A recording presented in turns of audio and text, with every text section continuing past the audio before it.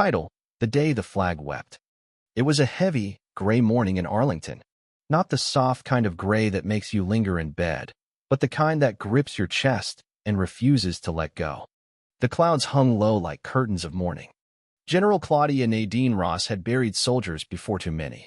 She had delivered the folded flags, spoken the solemn words, and stood still through gun salutes that felt like thunder inside her bones. But this time, the casket held her son, Sergeant First Class Malcolm Ross, 29, killed during a routine patrol near Kandahar after his convoy was struck by an IED. He had followed in her footsteps, enlisted straight out of college. "If I go," he used to joke, "I want my mom standing tall in those 4 stars, looking like a general and a queen." And so she did. Claudia wore her deep navy uniform. The medals on her chest shimmered like a tragic crown. Her hat was creased with intention. She looked carved from granite, majestic, unbreakable. But inside, she felt herself unraveling. Every breath was a conscious decision not to collapse. The black SUV that carried her family rolled towards Section 60, where the newest war dead rested beneath freshly turned earth. Claudia sat silently between her younger sister, Lydia, and Malcolm's godfather, Command Sergeant Major Anthony Vance, a friend from her first deployment in Fallujah. She clutched a folded program with Malcolm's picture, smiling in fatigues, wind tousling his short hair. It didn't feel real. None of it did. As they reached the burial site, the military band began warming up. Their instruments buzzed with restrained sadness. A row of soldiers lined the path, their rifles pointed down, their boots planted like roots in hallowed ground. It was the kind of precision grief only the military could execute. Claudia whispered, "I don't think I can do this." "You've walked through fire," Anthony murmured, squeezing her hand. "But I know, this one's different." The SUV door opened. Claudia stepped out. Her heels clicked against the pavement like drumbeats. All eyes turned to her. A few saluted as she passed. Some whispered her name. She was the first black woman to reach the rank of 4-star general in the U.S. Army. A history maker. A symbol. But none of that mattered here. Today, she wasn't General Ross. She was just Malcolm's mother. As she walked forward, she noticed a police officer pacing near the parked vehicles. His patrol car sat crooked on the curb, its engine still running. He wore mirrored sunglasses even though the sky was overcast, and his hand kept drifting to his belt, hovering near his sidearm. Something in her gut tensed. Officer Ryan Kendrick had been assigned as overflow traffic detail by the city. No one had briefed him on the attendees. He was never supposed to interact with mourners. He glanced at Claudia and paused. His eyes narrowed beneath the sunglasses. "Ma'am," he barked, "can I see some ID?" Claudia blinked, stunned. "I'm sorry," I said. "I need to see some identification," Kendrick repeated, louder now, his voice cutting through the quiet air like a blade. Claudia stood still. "I'm General Claudia Ross. I'm here for my son's funeral." "That's so?" Kendrick stepped closer, his hand now firmly on his holster. "I said stop right there." Gasps rose from the mourners. A small child cried out. "I'm not armed," Claudia said calmly, hands slightly raised. "This is my dress uniform." "You're making a mistake." Kendrick's hand moved. He drew his weapon and pointed it at her chest. "Get down. Now." No one moved. No one breathed. Claudia froze, her hands still up. "Officer," she said softly, "I am a United States Army general attending the burial of my only son." "I don't care what costume you're wearing," Kendrick snapped. "Get on the ground before I put you down." Anthony stepped forward. "Sir, that's General Claudia Ross. You're making a serious mistake." Kendrick swung his gun toward him.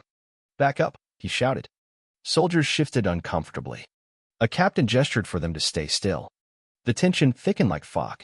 Lydia's voice broke into a sob. "Claudia, please don't move." "I'm going to take out my military ID," Claudia said. Slowly.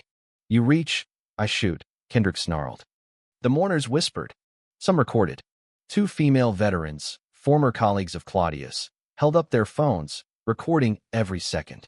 A soldier on the honor guard whispered into his radio, "Supervisor to Section 60 immediately." Armed officer threatening a general. Possible racial profiling. But help hadn't arrived. Kendrick still had the gun pointed at Claudia's chest. "Turn around," he growled. "On your knees. Hands behind your head." Claudia hesitated for just a moment. She had survived roadside bombs. ambushes, sniper fire. She had commanded battalions under fire. But never had she been more humiliated than kneeling on American soil, unarmed, in full dress uniform, in front of her son's casket. Still, she did it. For Malcolm. For the people around her. To prevent bloodshed. An older veteran in a wheelchair yelled, "What the hell is wrong with you?" "That's General Ross." But Kendrick didn't flinch. "Someone tackle him," a woman cried. But Claudia raised a finger, just enough to say no. No more violence. That's when another officer came running. Lieutenant Hanachu, stationed at the entrance, had heard the call. She sprinted across the cemetery grounds, her boots kicking up dust. "Kendrick," she yelled. "Holster your weapon. Now." He didn't move. She was in his face now. "That's General Claudia Ross." Still nothing. So she struck. Hard. She grabbed his wrist, twisted, and knocked the weapon from his hand. It clattered to the pavement. Kendrick lunged for it, but she subdued him, pinning his arm behind his back. "You're done," she hissed. 2 other officers restrained him. Kendrick was dragged off, shouting incoherently. Claudia remained on her knees, her hands still behind her head. Sergeant Alicia Monroe, who had served under her in Kuwait, ran to her side and gently lifted her. "Ma'am, we've got you." Claudia stood slowly. The world swam around her. Mourners stood in shocked silence. The casket still waited, untouched, unhonored. The ceremony was ruined. And the worst part, it was just beginning. Cameras had captured everything. By the time Claudia was helped into a nearby tent, footage was already online.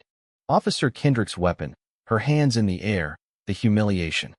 By noon, millions had watched. The funeral had been scheduled for 10. By 10:06, the headlines began. General held at gunpoint by police at son's burial. Crowds flooded in. Reporters breached gates. The ceremony stopped. Again. But the mourners didn't leave. They stayed. Quiet. Shell-shocked. Friends of Malcolm, fellow soldiers, military families of every background, they watched the moment unravel again and again on their phones, unable to look away. Inside the tent, Claudia tried to remove her hat, but her hands shook too violently. She couldn't speak. Could barely breathe. Anthony stood beside her, his face pale. This never should have happened. Outside, Sergeant Monroe was shouting at 2 Arlington PD supervisors. "He shouldn't have been out here alone." "He wasn't assigned to enter perimeter," one replied. "Well, your overflow detail just pulled a weapon on a grieving general," Monroe snapped. "You think that's going to look good on national TV?" Meanwhile, Kendrick sat handcuffed in the back of a cruiser, his expression blank. Cold. He didn't ask if she was okay. Didn't ask about Malcolm. He just muttered, "She didn't look like she belonged." Claudia finally whispered, "He saw my skin before he saw my stars." "I survived war zones," she continued. "But the only time I've had a gun in my face on American soil was by a cop at my son's funeral." Lydia held her hand. "He didn't break you." Claudia shook her head. "He broke this day." Brandy, a young woman who served with Malcolm in Germany, live-streamed her outrage. "This is what we deal with. Even our generals get treated like criminals." She was grieving, not dangerous. By mid-afternoon, the footage reached 2.3 million views. By evening, networks were dissecting it frame by frame. The Arlington police released a 1-sentence statement. "We are investigating an incident involving an officer at Arlington Cemetery." No name. No apology. It backfired. Retired generals condemned the silence. Senators demanded hearings. Protests formed outside the department's headquarters. Uniformed veterans stood in silence, holding signs. She served. He drew. Claudia remained quiet. She stayed at her sister's home, away from cameras. Letters poured in. From strangers. From Gold Star families. From former students. 3 days later, she finally spoke at a private gathering of military families. "I didn't cry when I got the call. Not at the airport. Not at the gravesite. I cried when he pointed that gun at me. Because I knew the uniform didn't protect me." That recording went viral. Raw, human, devastating. The DOJ opened an investigation. The governor condemned the act as a betrayal. And the trial began. 6 months later, in a packed federal courtroom, Claudia sat silently in the front row, wearing simple civilian clothes. No medals. No stars. Just a mother. Ryan Kendrick arrived in a gray suit. No remorse. His defense? "I perceived a threat." But the jury saw the footage. They heard Lieutenant Chu describe her takedown. He was locked in. I had to disarm him. Anthony testified, his voice calm.